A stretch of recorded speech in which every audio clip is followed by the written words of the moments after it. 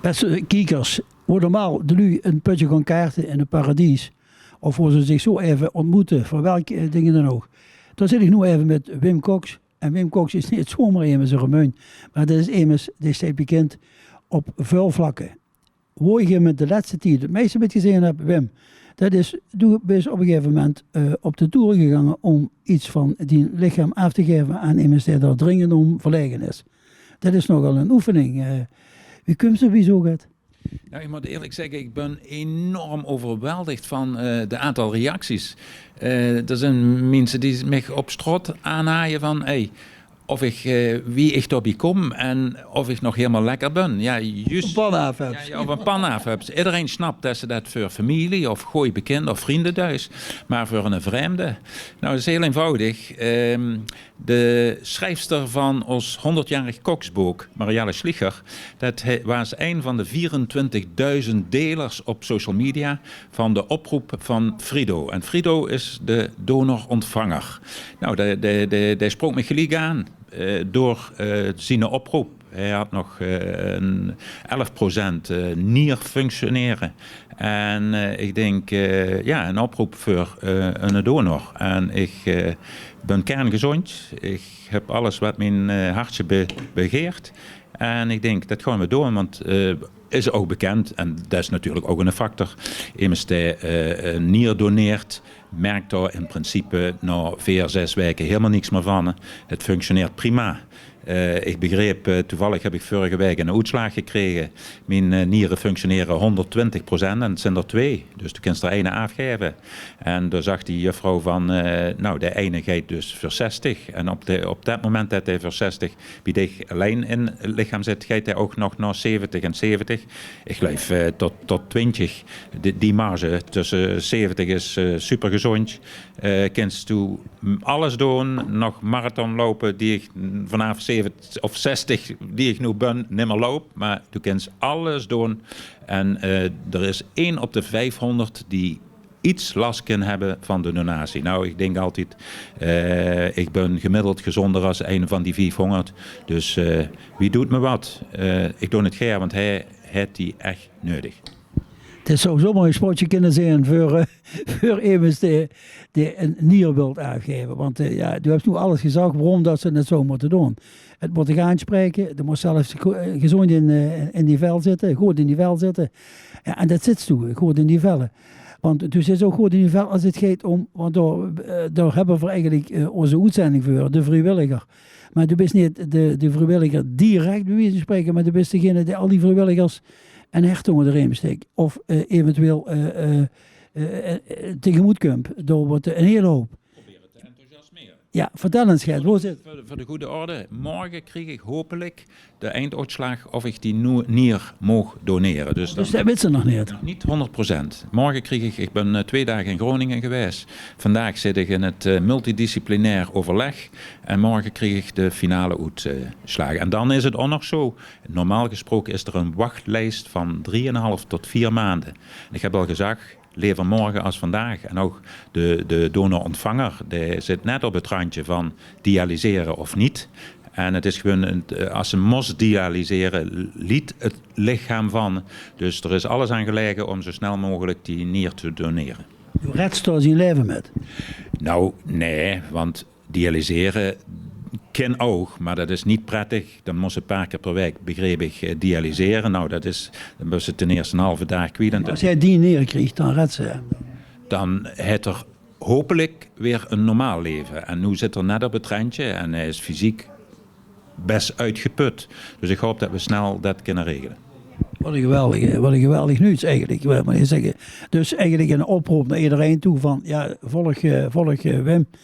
En maar zorg wel dat je zelf gezond in die vel zit. Want zomaar iemand, als ze zelf al een beetje onstabiel is, dan is het... Mensen nee doneren. Ik ben echt geselecteerd. Er waren een aantal mensen die daarop gereageerd hebben. En mijn bloedwaarde, conditie, noem maar op, stook daar bovenuit. En vooralsnog ben ik als eerste uitgekozen om dat te doen. Alleen de laatste uitslag moet ik. En ik hoop van harte Inmiddels ken ik hem. Ik ben ook op weg terug van Groningen naar huis bij hem in Twente aangegangen. Heel warm welkom en ik hoop echt dat ik dat mag doen. Geweldig. Dat is eigenlijk of dat ze een eigen familie blijft zitten, of niet? Dat is zo. Nu even naar die hobby, dat is dat lopen. Heb ze dat eigenlijk altijd gedaan? Of was het alleen maar vroeger van, zo je nou een munje? Ik rookte weer een ketter tot mijn 38ste. En toen een goede vriend van mij, Patrick Evers en ik, zag de vrijwillig eens een marathon gaan lopen voor ons 40ste. Is net niet gelukt. Ik was in juni en hij in maart geloof ik. En in september toen, 2003, hebben we de eerste marathon gelopen in Berlijn. En vanaf dat moment was ik verslaafd. Ja, du bent ook dus zou ik zeggen, een slank figuur. Was ze vroeger dikker of zo? Veel dikker? Als tiener was ik best wel gevuld. Ja. Maar met roken dan gaan er kilo's af. En met stoppen met roken komen er kilo's bij. En om dat te voorkomen zijn we toen gaan sporten. En is dat ook heel intensief. Ik probeer iedere dag te sporten. Ik ren 3 keer, ik zwem 2-3 keer. En dan even probeer ik ook nog 1 of 2 keer per week te fietsen. En moet dan nog werken. En ook nog... Werken niet, maar, allemaal hobby. Maar ook nog al die verenigingen, want daar kwam ik net even Albine op. Waar ben ze allemaal actief? Het is zo'n beetje te veel zijn. Ik heb er een heel deel proberen bij Liesje te zitten, maar ik vergeet er ongetwijfeld een paar. Maar ik weet bijvoorbeeld de speeltuin Kistjesberg, daar hebben ze door middel van, ik ben ook bestuurslid van het Kinderfonds Midden-Limburg. Daar doen we ieder jaar een behoorlijke donatie aan. Daar kennen mensen met een kleine beurs terecht. Maar desalniettemin zijn er mensen die dat net niet kennen. En doordat Nicole krijgt dan de vrije hand om een aantal mensen, en dan gaat het echt om bijna €10.000 per jaar, mensen de gratis entree te verschaffen. Wat een geweldig idee. Ik heb me er ook een beetje verpakt aan deze speeltuin. Hè. Het is knap dat al de tweede generatie die door een nek voor steken, maar nog zonder dat er nog steun is van diverse mensen. Daar bent u er een van. En hoe kunnen we dit nog meer vinden? Los van het feit in de horeca, maar... Stichting Samen Bewegen, het goede doel van de City Swim. Die in eerste instantie hadden die Maarten van der Heijden als goed doel, nationaal. Op enig moment hebben ze bedacht van we willen ook kijken wie we dat lokaal in kunnen zetten. Toen is de Stichting Samen Bewegen opgezet die een 3-4 jaar de garantie kregen van funding door de City Swim opbrengst. En daar hebben we de laatste paar jaar geprobeerd, want dat is echt best lastig geweest, om mensen met dementie weer meer aan het bewegen te krijgen. We hadden een 20-tal sportverenigingen bereid gevonden om 1 uur per week daaraan te besteden. Alleen het was echt een hele grote uitdaging om die mensen dat kenbaar te maken. We hebben een aantal sporten. Zwemmen, dat gaat heel goed. Daar hebben we verschillende deelnemers. Biljarten, vissen, bokja. Maar er zijn ook een hele hoop sportverenigingen waar we eigenlijk die mensen niet geworven kregen. En sinds een dik jaar, 1,5 zijn we nu bezig om die activiteit naar de zorghuizen te krijgen. Dus we doen op een 10-15-tal plaatsen doen weer 1 tot 2 uur in de week die activiteit aanbieden van mensen die doorheen gaan. Die mensen, want die zijn er. Dus wie zeggen ze, als David niet naar de berg komt, of Mozes naar de berg komt, dan gaat de berg maar naar Mozes. Nou, dat is redelijk goed nu in ontwikkeling. En kun je er ook nog kader voor krijgen voor dit soort doelgroepen? Nee, maar dat zijn gewoon professionele krachten die weer betalen vanuit de stichting. Ja. Ja, en dan weet ik dat ze natuurlijk ook heel veel bezig zijn met de promotie van onze eigen stad. Ja. En ik zie zelfs dat ze de auto helemaal bestickerd hebben. Wat is toch eigenlijk de drive van dat ze dat zelfs doet in een eigen privéauto nog voorplex met een activiteit? Als er geen verkiezingen is, want anders is dat voor de 11 jaar. Maar dat terzijde. Nee, ik vind, zeker de auto is een gebruiksvoorwerp. En als het aan de orde is, als ik door met een activiteit, evenement kan ondersteunen, doe ik dat graag. Nou, Hans Brouwers en ik, die hebben sinds inmiddels 4 jaar hebben we een stichting evenementen City Remond die als doelstelling heeft elk jaar proberen een extra evenement, een jaarlijks evenement te organiseren met overregionale aantrekkingskracht. Dat is begonnen in corona met Roermond Live, dus op alle pleinen in Roermond, inclusief de ESI, muziek te doen en voor ieder zijn eigen doelgroep. Nou, dat hebben we 2-3 jaar gedaan en daar is het dus niet gelukt om dat heel breed te houden. Er zijn een paar pleinen afgevallen, maar een Raymond Reiners en René Middel op het Münsterplein, die zijn ieder jaar nog steeds bezig om een groot evenement met Koningsdag te organiseren. Op de Meerthuiver nog en er gebeurt op Kloosterbandplein, de Oranjerie duidt ook altijd super met. Nou, we hebben daarna nu ondersteunen we Guido Dieteren met Wendy Kokkelkoren, die op 22 en 23 augustus dit jaar en hopelijk als de ticketverkoop heel goed gaat, onder de vrijdag de 21ste, de maart een heel mooi concert geven. En dat is... De gedachte daarachter is afhankelijk van hoe succesvol dat is, omdat wellicht 2 of 3 jaarlijks te gaan doen. Dan even, is daar de Stichting Winterfever Arena in feite uit voortgekomen. Komend jaar voor het 4e jaar. En daar hebben we voor ons inmiddels behoorlijk bewezen van 5 weken van november, december en de eerste week van januari. Om daar afgelopen jaar 71.000 bezoekers te trekken. Die kinderen kunnen daar rollerskaten. Daar kennen we curling gebeurt daar. Vrijdag, zaterdag zijn daar tickets-events met grote concerten, pop-evenementen. Door de week hebben we verschillende sociaal-maatschappelijke evenementen. Denk aan Vrijwilligersdag. Denk aan ouderen die een maaltijd komen nuttigen, gesponsord. Dus daar ben ik heel erg trots op dat we inmiddels, en dat heursen en dat zussen van mensen die ze tegenkomen en die zeggen wanneer gaat je weer aan de gang en wie is het? En ja, goed, dat doen we samen met de gebroertjes en vader Soentjes, Glenn, Nick en Frits. Die doen de exploitaties en Hans en ik zorgen een beetje dat de tent turnkey overgeleverd werd. Nou, daar ben ik erg trots op. En ieder jaar zijn we weer in staat om met nieuwe dynamiek, extra programmering te realiseren. En we merken gewoon dat het schone daarvan is, vind ik, dat we in staat zijn om voor alle leeftijdsgroepen. Er zijn soms evenementen waar ze van 16, 18 tot 80 herkomen. Een trekzak zondag. Ik denk, wat gaan we nu doen? Nou, afgeladen vol, schitterend om te zien. En wat mij dan altijd triggert, doe ik samen met Hans een hoop van die dingen aan doen.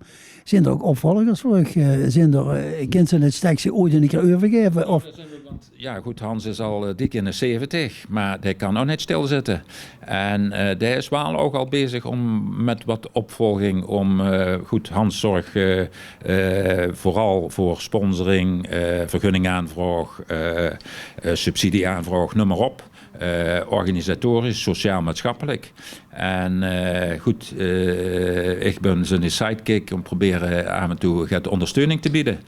Maar daar zijn we echt serieus bezig, want ja, Hans is, ik meen 76, dus ja. Dan is het gewoon goed dat ze ondervangen thuis. Maar hij had het altijd in zich gehad, Hans, want toen ik ooit een keer voorzitter van Orpheus was, het operettekoor, toen heeft Hans mij nog een keer opgevolgd. Dus hij is eigenlijk altijd toch wel op die manier bezig geweest. Maar ja, we zijn een hele bijzondere, de ene moet ik wel zeggen. En hoe komt die roeping vanaf, Wim? Nou, dat vind ik wel leuk. Voor bestaan Cox & Co. Dit jaar 100 jaar. Officieel nog. Ja, dank je. En Marjelle Schlieger is bezig om dat boek te maken. Dat is in de afronding. We hopen, maar het zal niet helemaal lukken, dat voor de vakantie. Maar ik verwacht dat ergens september dat gepresenteerd werd. Nou, daar merken we door alle gesprekken wat het gevoerd heeft en interviews, dat de familie Cox altijd toch gelukkig een sociaal-maatschappelijke inborst hebben. Als het nodig is, dan ondersteunen we. En ik durf ook nog te zeggen, ik heb in 2019 de zaak overgedragen aan mijn 3 kinderen. Die hebben alle 3 1/3 van het eigendom. Dat hebben ze geschonken gekregen. Ik heb in mijn tijd de overname getaxeerd, gefinancierd en gekocht. Omdat ik ook nog 2 broers en zusters had die ook centen hadden. En ik waren gelukkig in de financiële omstandigheid om dat door te schenken en niet te verkopen.